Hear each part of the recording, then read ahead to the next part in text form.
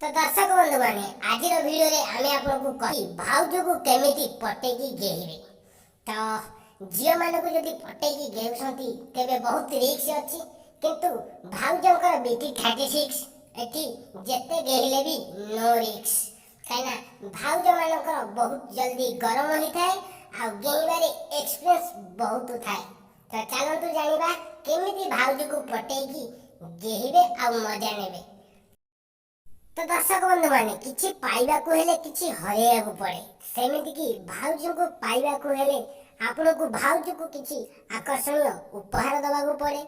जेमिति कि भाउज को मन जानी उपहार जोटा भाउज को पसंद से जिनस आपण निश्चिंत भाबे दियंतु। आउ भाउज को नजर संगे सब बेले नजर मिसई रखंतु। देखिबे दिने न दिने सेई भाउज ही आपण को करिया को देबे आउ गेला भी करिवे।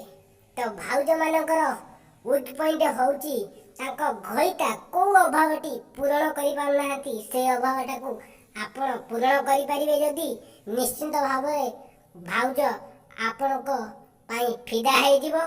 तो ये थिला भाउज को गेहिबार गोटे टिप। तो आज पाई विदाय दियंतु।